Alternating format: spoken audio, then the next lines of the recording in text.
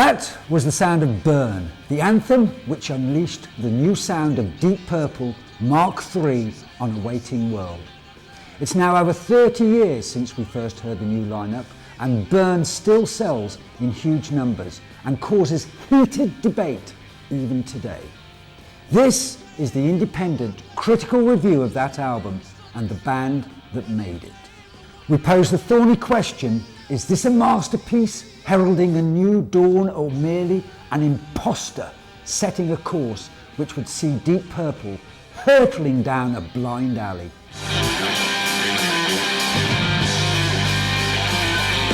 This was much more direct, much more direct album, very, very heavy, very sustainable, right in your face blues. It showed a lot of different aspects to the way they handled themselves as that lineup. There are great tracks on every album, but Burn's not really my particular favourite. Don't forget, you're changing the lead singer of one of the biggest rock and roll bands in the world. He's going. What do you do? Got these diehards that were affronted that, someone else came in and took over from their beloved Ian Gillan and Roderick Glover. Well, this was just, what they needed to say, wow, it's all rubbish, isn't it? The behaviour and the attitude of people in the 70s, and especially mine, was maybe a little tweaked. But I was still a very young lad. I was 21 when I joined Deep Purple. He wasn't naturally comfortable in that position, so the band were fragmenting and all over the place, and in reality, they went on too long. Every job has its Monday morning, and ours just happens to come on Saturday night, that's all. Bless you. Thank you. Burn was released in 1974, at a time when Purple were already masters of all they surveyed. Here's how they got there.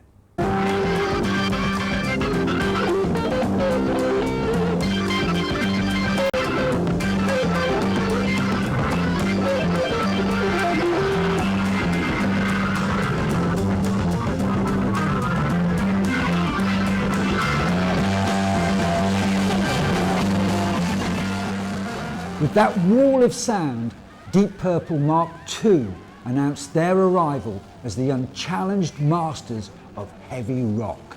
The album that brought them to prominence was, of course, In Rock. It was this amazing record which told a waiting world that something new and powerful had been born. First incarnation of Deep Purple had a hit called Hush. It was a pop hit, and they were sort of like a popish, rockish band. Dare I say it, a little bit a la Sweet. So when they decided to abandon that, they just suddenly said, no, we're going to do something different. And I think that was quite a hard decision. So I think when they came out with Deep Purple in Rock, it was a brave decision, and it was the right decision, and I think it really worked. They brought Roger Glover in on bass and Ian Gillan in on vocals, and Roger Glover had been doing some session work for them, but seemed to have a much more handle on intuitively of passages and where they were going.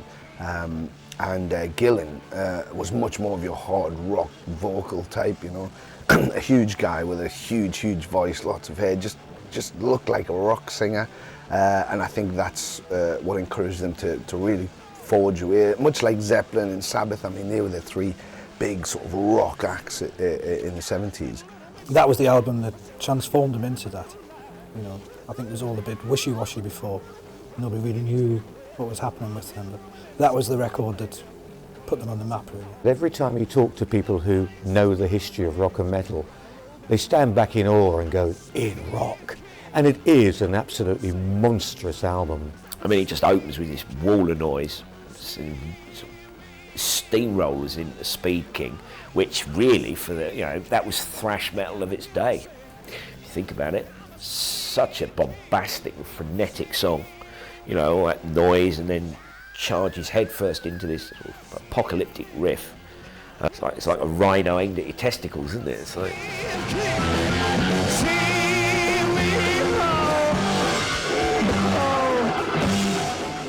I just think the band were great at that time, and that it was recorded at the right time for them. It captured the spirit of what they were trying to do.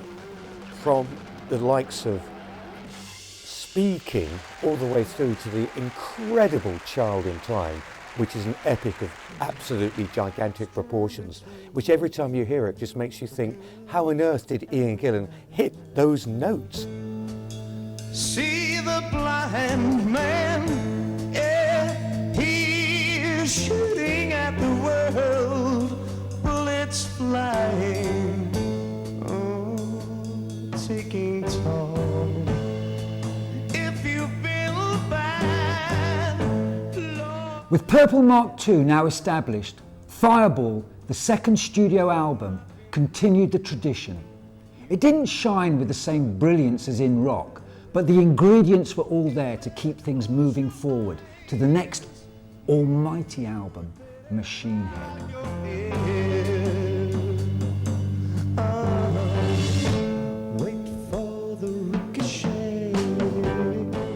Machine Head is the masterpiece for Mark II. In Rock got very close, and it still stands as an album 99.9% of all bands would love to have recorded, but Machine Head just took it slightly further forward. It's a terrific record. Yeah, it's one of the all-time great heavy rock records of the 70s, if not of all time.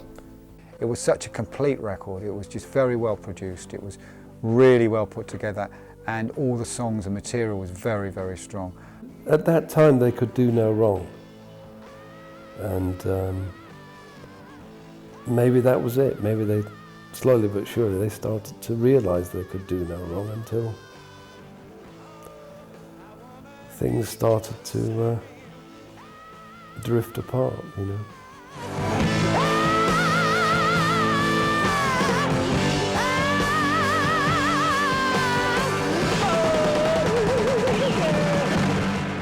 Despite all of the fame and success, all was not well in the Purple camp. Real animosity had raised its ugly head, and there were serious cracks appearing in the relationships. Ritchie Blackmore is a genius guitar player, right? But he's not the easiest people to work with. Anyone will tell you that. They'll all tell you that the guy's a genius. He's a mischief maker in a good way, but he is also a very difficult person to get on with. I'm still very moody, shy, and very honest, which a lot of people can't take, you know. Honest? Yeah, and which is the hardest thing in this business is to is sincerity. Once you can fake that, you're laughing, you know. Blackmore to me was a great leader of a band, although some things were the behavioural department and all of us were stupid. But he ran that band pretty much the way he wanted to run it, whether it was immature or not. It showed truth, arrogance, and somewhat of a genius to do that. So I only have great things to say about him. My theory has always been the singer is a little bit, shall we say, envious of the fact that the guitarist, the lead guitarist, gets the musical respect. The guitarist is always envious that the singer is the pin-up boy, the rock star in the band, and there's always this tension and conflict. And when you've got two such strong personalities of Ritchie Blackmore and Ian Gillan, who I don't think ever really understood each other or wanted to understand each other, you get the clash.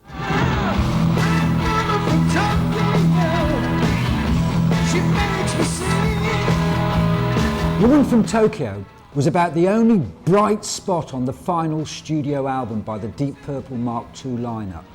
The ill-starred Who Do We Think We Are? With material as poor as this, it was obvious that matters were finally coming to a head. Quite frankly, the last album that Deep Purple recorded with the Mark II lineup was rightly referred to by Roger Glover as a shit record. Gillan had enough and decided he was going to quit. Wrote him a letter and buggered off to sing the lead role in Jesus Christ Superstar. And Blackmore didn't care. Okay, go, bye. And Roger Glover went with Ian Gillan because I think they had always been a pair. They came into the band as a pair, and I think they worked so well together that when his cohort, as it were, left, I think Roger Glover felt, well, I've got no real reason to stay here either, so I'll go. For me, that was the end of the band. They never ever regained that magic. It's not often that one of the biggest names in rock finds itself 2 members short at a time when they are one of the biggest box office draws on the planet. But that's exactly what happened to Deep Purple. Obviously, they were looking around.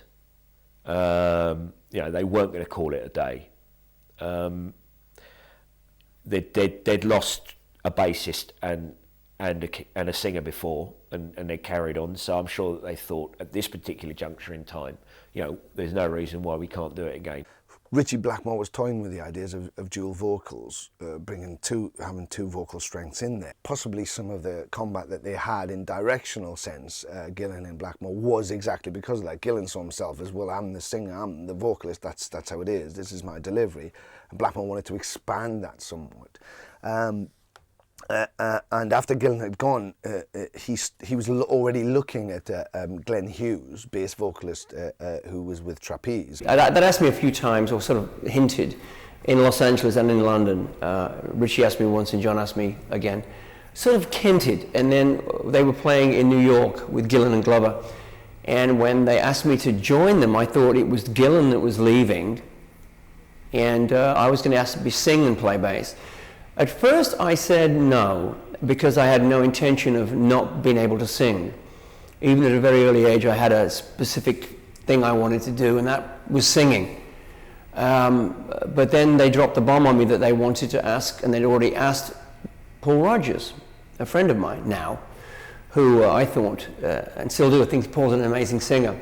So the idea of singing with Paul Rodgers, and I'd let them know, yeah, I'll join, only if I can sing some things with Paul or whoever the singer you choose.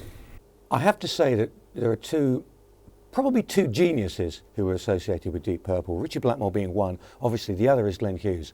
This man has so much talent, it's too good. This man is the equivalent of a George Best in football, or the equivalent of Muhammad Ali. So talented, he almost took it for granted. Glenn Hughes is a fantastic musician and a great singer. That guy's got a wonderful voice. But I wonder if that was the right gig for him. I mean, he's a lead singer. He's a real frontman, and I don't know if he really fitted into that role that Roger did so well. The other new member was a complete unknown from Redcar in the northeast of England called David Coverdale. I auditioned Deep Purple last year in August. No, it was... Presumably you're nearer normality than them. I mean, they've been living in this fantasy world so many years. Presumably the contrast between... I've always had the fantasy there, Sorry? I've always wanted, I've known what it was about, I just wanted to, instead of standing outside the door, I wanted to get in, And you're happy now you're there? I'm very happy, yeah, right. I think they did the right thing. They didn't try and replace Gillan with another Gillan. Gillan was a heavy metal shouter. Great voice, but a heavy metal shouter. Coverdale sang the blues. He's about as close at the time as you could find to Paul Rodgers, who was also from the northeast. He came out of nowhere, really. How they stumbled, a stroke of genius, I think, to take out David Coverdale at the time. He's massively underrated, actually. I think what he's done has been exceptional, but I think for anyone to try and step into a vacant space left by Ian, it's impossible. He is a totally unique singer. Together, the new team began the task of forging a new Deep Purple. From the outset, it was obvious that with 2 singers in the band, the sound would be radically different.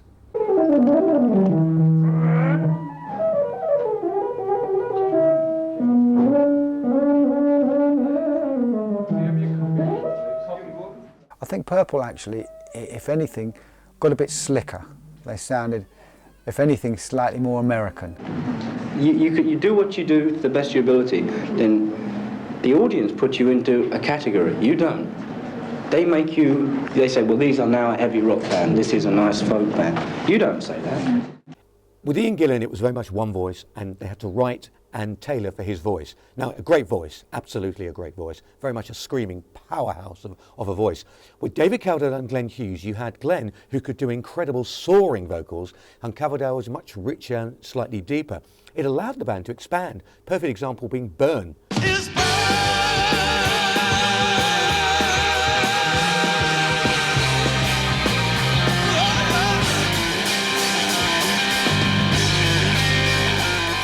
In Mark II, each album had a classic song that would open with, Speed King. There was a classic song in there somewhere that you'll always, And I think Burn, the song itself, is definitely one of those. At the time, I remember hearing it when it first came out, and I was absolutely blown away by the sound, just to hear these two voices working together. It's fantastic, it is. It is probably the second greatest riff that Deep Purple ever came up with after Smoke on the Water. It's frighteningly good. The kind of sort of the demonic imagery of the lyrics,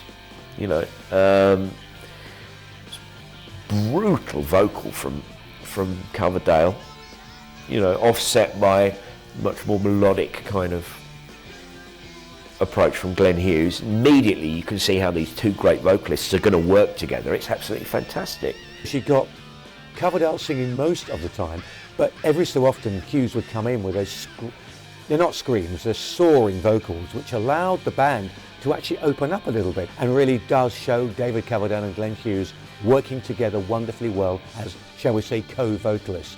The original album featured 8 tracks. 5 of them were to make it into the Purple stage set, a surprisingly high percentage for a brand new lineup. 2 of the tracks were all-time classics. There was Burn, of course, and then there's the majestic sound of the blues-driven Mistreated, written by Ritchie Blackmore and new boy David Coverdale.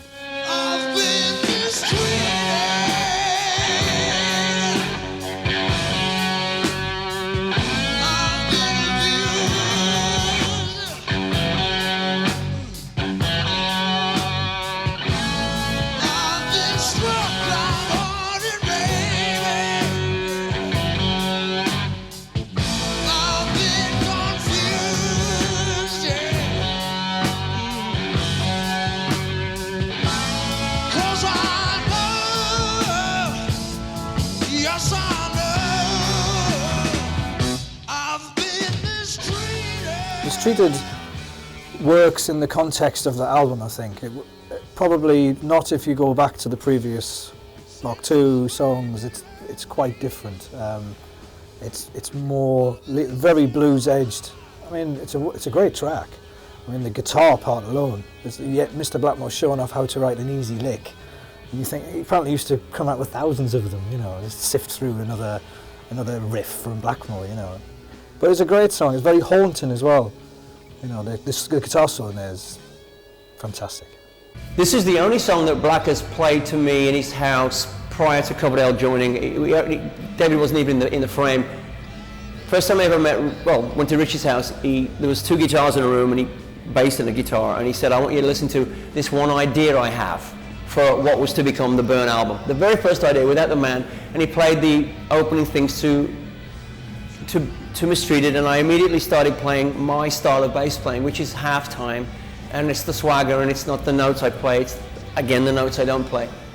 And I knew it then at that point, we were going to make a record more suited to what I was hoping it would be, more bluesier, which Blackmore really liked. And he didn't want to make a Gillan type record.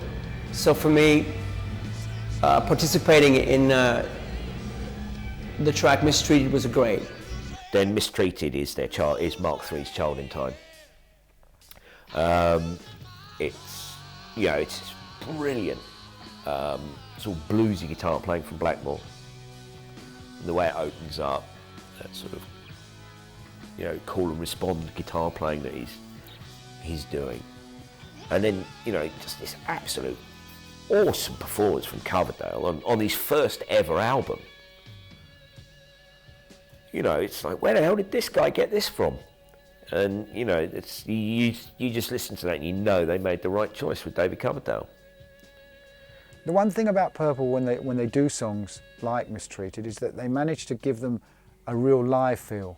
They don't, in those days, production didn't outweigh the song. I think that nowadays people get into production and it all becomes a production piece. But I think in those days, it was really about how well you played the song. And I think Mistreated, they played it really well.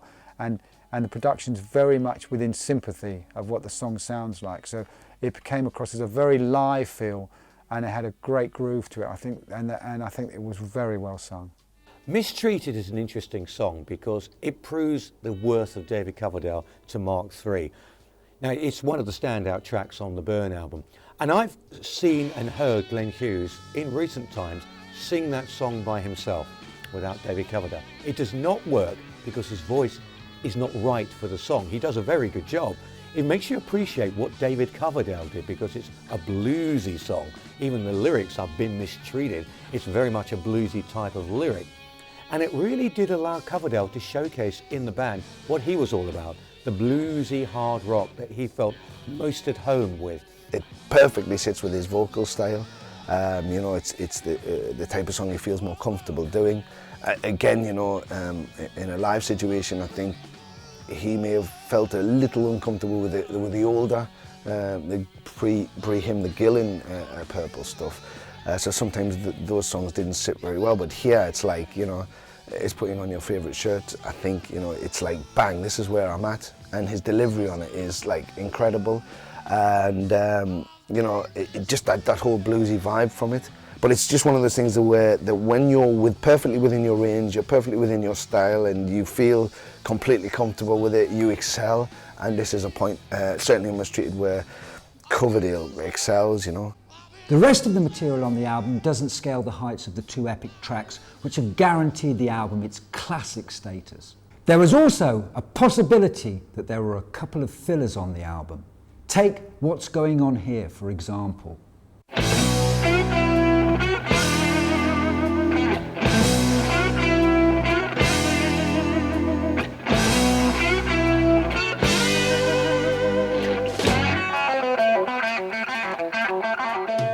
Well, What's Going On Here, I think, is a bit of a filler, personally. It's probably the weakest song on Burn. I mean, you know, hope we're not here. But it's not particularly the greatest song. I think that, you know, maybe it was a filler. Deep Purple only wrote enough songs for each record. We never did, like I write 25 songs now or whatever. What's Going On Here was probably rehearsed as we did it in Montreux that day, and we just came up with lyrics in the Stones mobile unit. Kind of a throwaway song, but it's a song that Ritchie kind of enjoyed, that bluesy approach. You know, they must have sat and thought, like, you know, I know he can sing and he knows he can sing, and so they just had fun with the track. So I think from that point of view, maybe it was a filler. If you look at the album as a whole, as a fan, from their point of view, it was probably just a bit of fun that they put in. But it's a really good song. I don't think there is a filler track on Burn, unless might be the instrumental from Blackmore, but even that I find hugely enjoyable.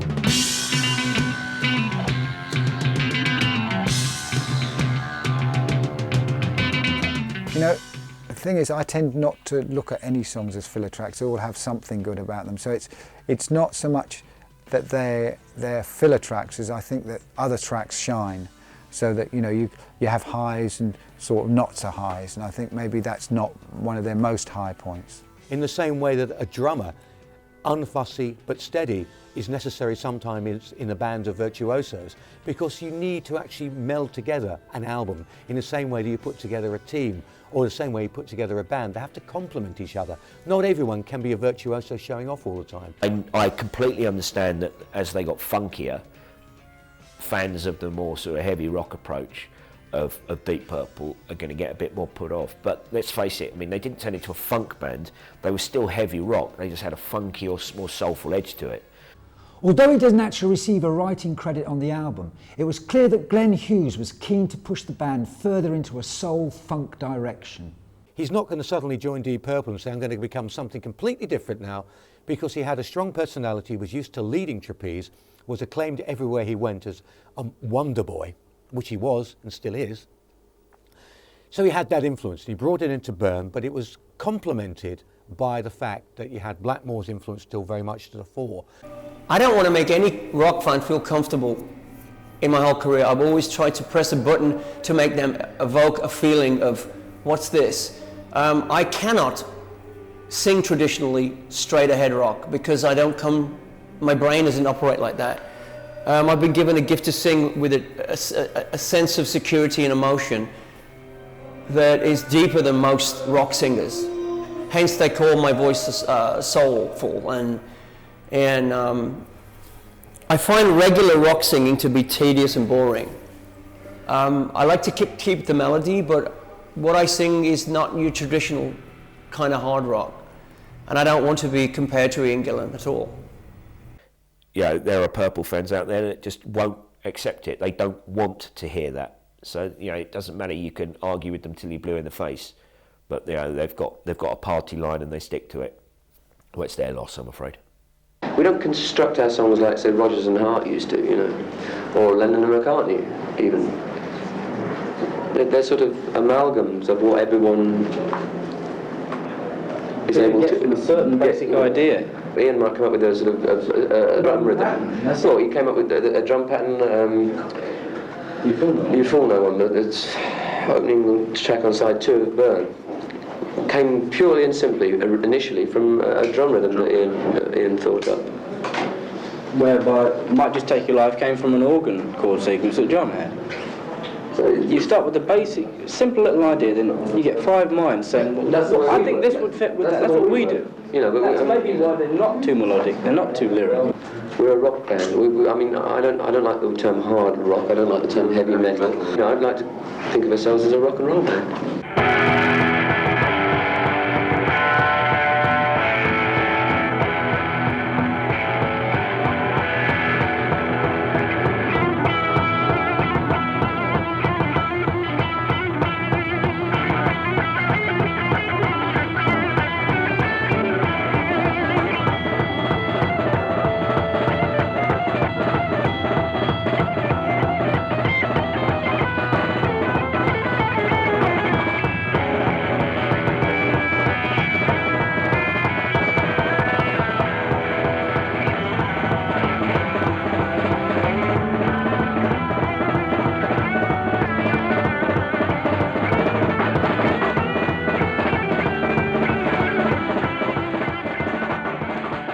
When Byrne came out, he was raved about by a lot of people. I think people understood what Deep Purple were trying to do.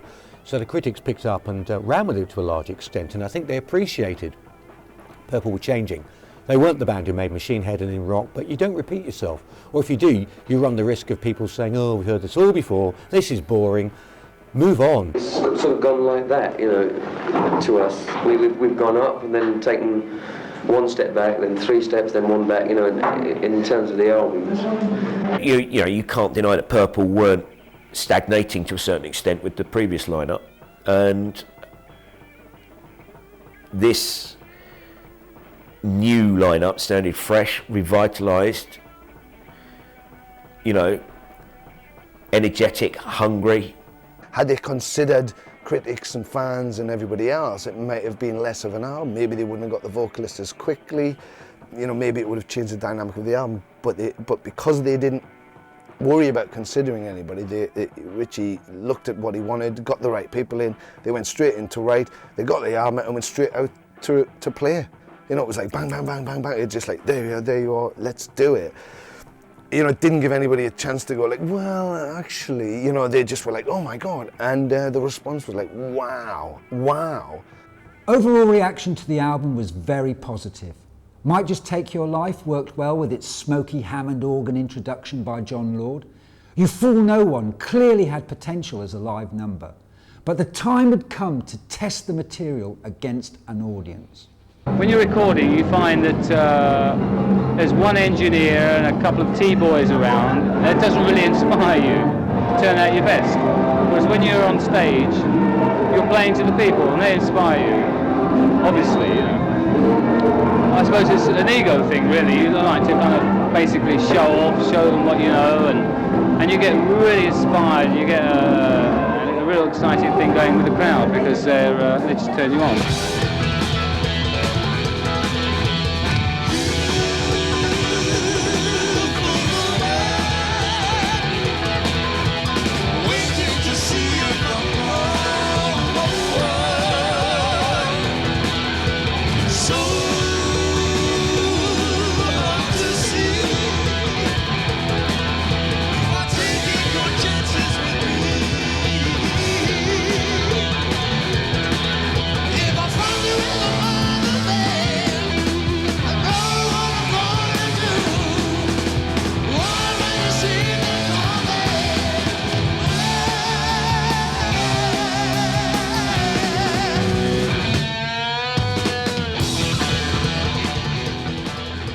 They had a mindset that was, this is not just about what we do in the studio and special effects and clever technology. This is about being able to take what we do out of the studio and put it on stage. And You Fool No One, as with every other song on Burn or subsequent or previous albums from Deep Purple, was a song that easily translated into the live environment and, like everyone else, came alive. It had that most amazing drum pattern and bass line in it, you know. I mean, every drummer tries to copy that when they're just warming up. You never hear it played in a song anywhere these days, but it's, you know, they all seem to be able to play it now, you know. It's a tricky song to do on stage. I think it's a tricky song, probably a tricky song they had to do in a record. So those sort of songs, they either really fly out the box at the night or they don't. It just depends how a band are firing. I think if a band's not having a really good night, songs like that tend to suffer, because I think you've really got to be on it timing-wise, etc. And if you're not really on it, it tends to be a little bit grey. That song could stretch out for 15 minutes some night, like Space Truckin' or The Mule or whatever from Mark II. You Fool No One, as with my songs today, they grow. I don't like the idea of going on stage. Sometimes it's okay to make a 3-minute song 3 minutes, but I might stretch things out because it's the kind of era I come from. I like to push myself, and I insist on my band doing that. That's what happened in Deep Purple. I think it was just maybe a bit too much of a stretch for Deep Purple to, you know, it's much more funk, you know. It's a bit too bright in a way, you know. It just doesn't feel. There's no real weight behind it. Just didn't quite sit right with the set. I think that's probably the best thing to say.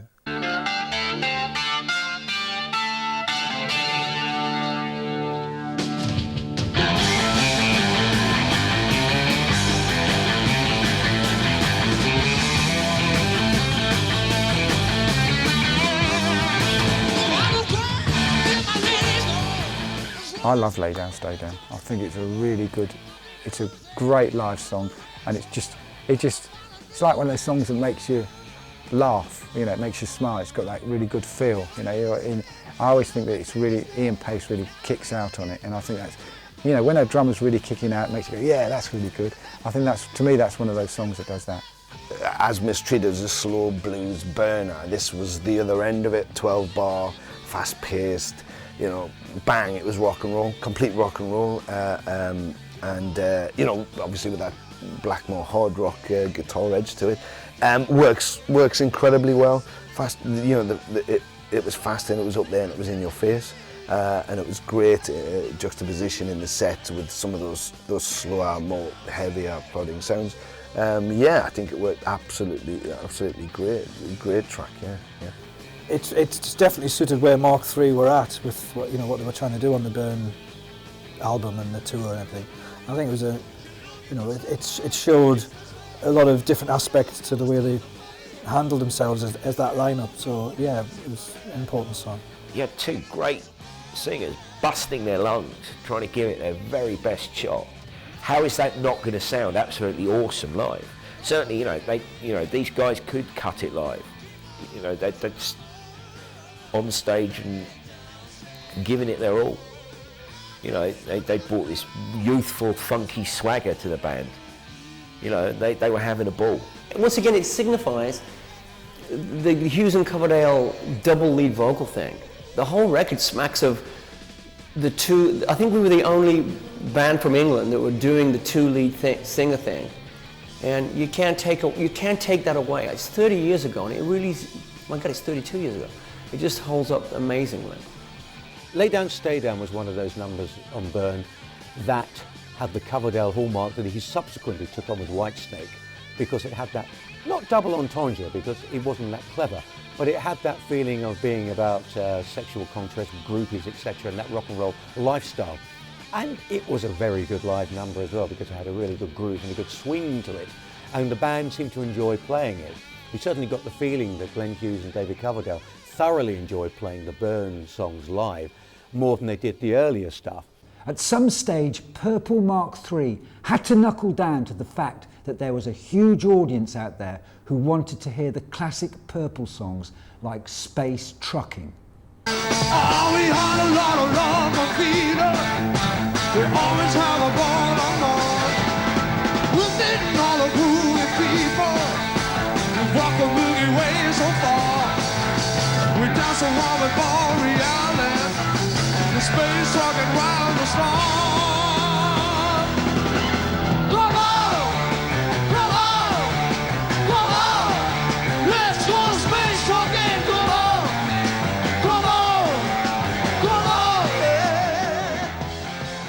And obviously, right, you're new to a band, you've written an album and it's a great album, then you're really keen to convey your new material. But you've got a whole load of old material that you also have to sort of get across. Some of that material is going to work, and some of it just isn't. It's always difficult for any musician or vocalist to come into an established band and suddenly find that they have to perform the old guys' songs. Black Sabbath, Ronnie James Dio. He never really did justice to the Ozzy era because it wasn't right for him. You think of Brian Johnson with AC/DC trying to do the Bon Scott era stuff. Again, same problem. Deep Purple faced this problem with David Coverdale and Glenn Hughes because the classics from the Mark II era, Ian Gillan and Roger Glover era, were written with them and with them in mind. And you don't want to just mimic what the guy did before because everybody will attack you. So you want to sort of do them your way and then everybody's going to attack you. So you're sort of caught between an in-rock and a hard place. I don't particularly like playing old songs from other bands. I considered the band before I joined Deep Purple was Mark II to be another band. I never felt comfortable performing Gillan songs or anybody else I've asked to do. Because I want to have my own thing. I don't know, it's okay. I mean, I didn't really enjoy singing a lot of that stuff. I don't think David did either. And if you ask him the same question, I think he'll give you the same answer. Well, I only saw that lineup live on one occasion. It was a great show. But the older material didn't work for me. Didn't have the classic magic. There was a lot of criticism at the time when Mark III were going out and covering, basically covering the old stuff. It's unfair because every new lineup of a band has a different way of approaching a song. And for example, Smoke on the Water.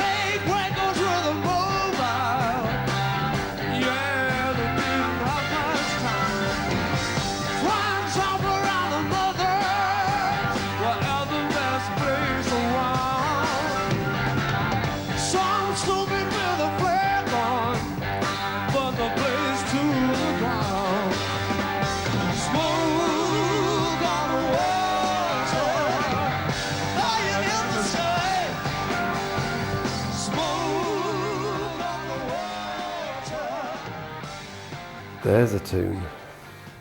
Smoke on the Water. It's one of those, that's an Ian Gillan song. No one else can really do justice to that number. He wrote it, he was there at the event, although it's Ritchie's riff, and it's the classic guitar intro riff. No one else can sing that song. Smoke in the Water, to me, every time you saw it performed, by Mark III was going through the motions. We have to put it in because people expect it. Now, Blackmore enjoyed it, or seemed to enjoy it when he was in the mood, and being the moody sort of person he was, it was not always. Coverdale especially felt very uncomfortable with it. It was a sort of song where he thought, I'd rather not do this because it's not mine and it doesn't belong to me and it's not part of who I am or what I am, but I've got no choice. This is Deep Purple. Therefore, we have to do Smoke on the Water. Okay, I'll sing Smoke on the Water and I'll sing it with the same melody as Ian, but I'll put my thing on it. And, I would never perform it again because I believe it's an Ian Gillan song, and I think, he should sing that song and nobody should sing it because, I think it's kind of cheesy for anybody else to do things like that. I want to leave the classics alone, if you will. Fundamentally, the guys backing it, with the exception of bass duties, which are now being handled by Glenn Hughes, pretty straightforward basing to that root notation, so there's not a lot that he could destroy about it, so as long as you stick close to that. So then you're left with just vocal, that's the difference. You've got two more than capable rock vocalists trying to fill in for a very powerful rock vocal as well, so that's what you're left down to. And again, it's down to the listener, really, I suppose.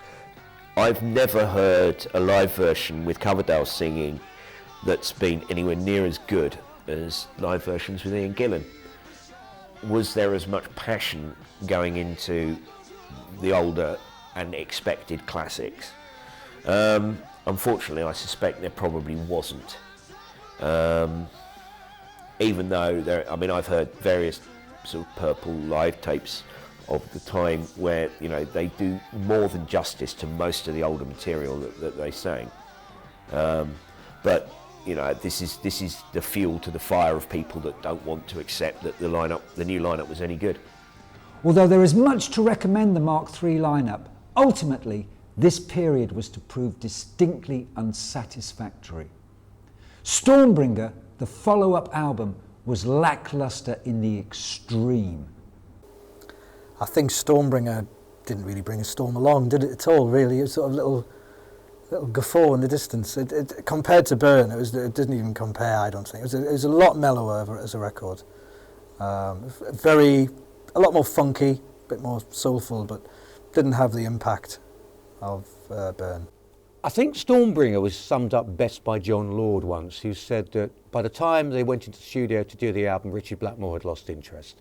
He was already writing material for the first Rainbow album and didn't really have that commitment anymore, and I think it shows in the album. Ritchie was suggesting a particular track that nobody really wanted to cover, and Glenn was bringing his own stuff in, which was much more funk based, and so I think it was one of those albums that the writing sort of started to move in their own directions.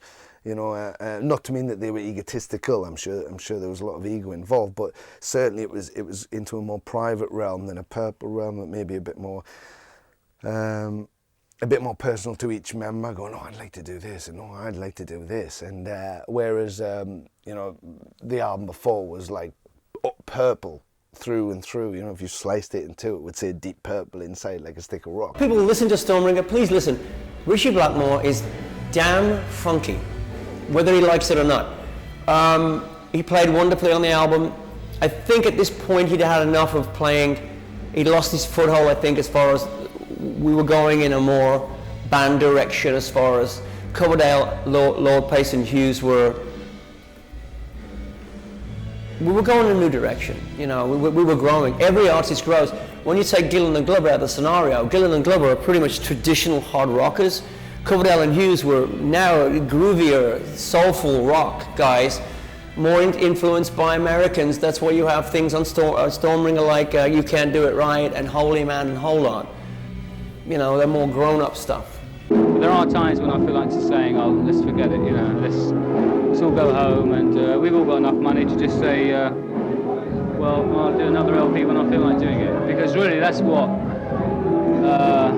every group should do. But every group is pressured by the record company. It's only guarding their own interests. A group only lasts a certain length of time, so they get the most out of them. It doesn't matter whether they they fold up in 5 years, as long as they made about 10 LPs in the meantime. Whereas in actual fact, to get the best out of a group, you've got to give them a year for each LP, I would think, for an actual progression without forcing it. And that really bugs me, actually, going to the studio. Right, we're going to turn out an LP, boys, you know, here we go, blah, blah, blah. I've got to write a song today, you know. It's just ridiculous, you know. Yeah. And I don't know if I've got the guts to do it, but I've often thought, that's it. I'd like to leave, not the band, I just want to get out of the business, play when I feel like playing, and do a record when I feel like recording.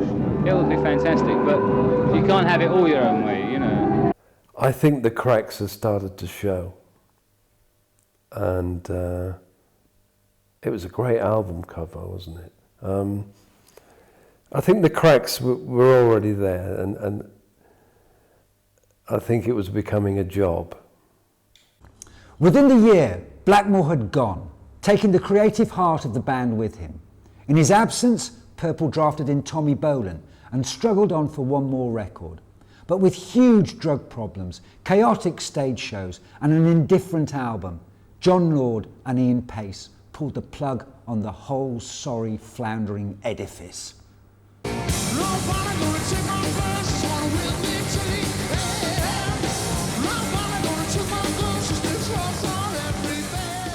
They couldn't carry on anyway with the state that Tommy Bolin, who'd replaced Ritchie Blackmore, and Glenn Hughes had got themselves into with Narcotics. You know, they were a mess. I think the final gig was up in Liverpool. You know, Coverdale was in tears.